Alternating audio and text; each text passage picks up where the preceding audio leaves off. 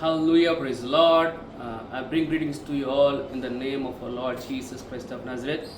యేసు ప్రభు పేరిట మీ అందరికి శుభములండి. Welcome to day 2 of our 21 days prayer and fasting. I want to let you know that fasting is not about only skipping a meal. It's about skipping everything which is a distraction to you in between you and the Lord. It may be your friendship, it may be your family, it may be your work, anything which is being a distraction to you. Skip everything, spend some quality time in praying and meditating the word of God and evangelizing. So మీ అందరికీ ఈ యొక్క రెండవ రోజుకు ఈ యొక్క 21 రోజుల ఉపవాస ప్రార్థన రెండవ రోజుకు మీకు స్వాగతం సుస్వాగతం.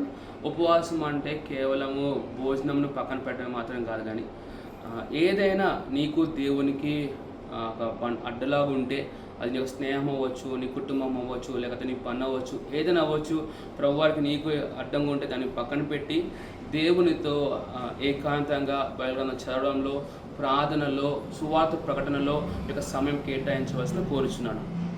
సో ఆఖరిగా నేను చెప్పే మాట ఒకటే, ప్రభువారు నీతో సమయం కేటాయించాలనుకుంటున్నారు.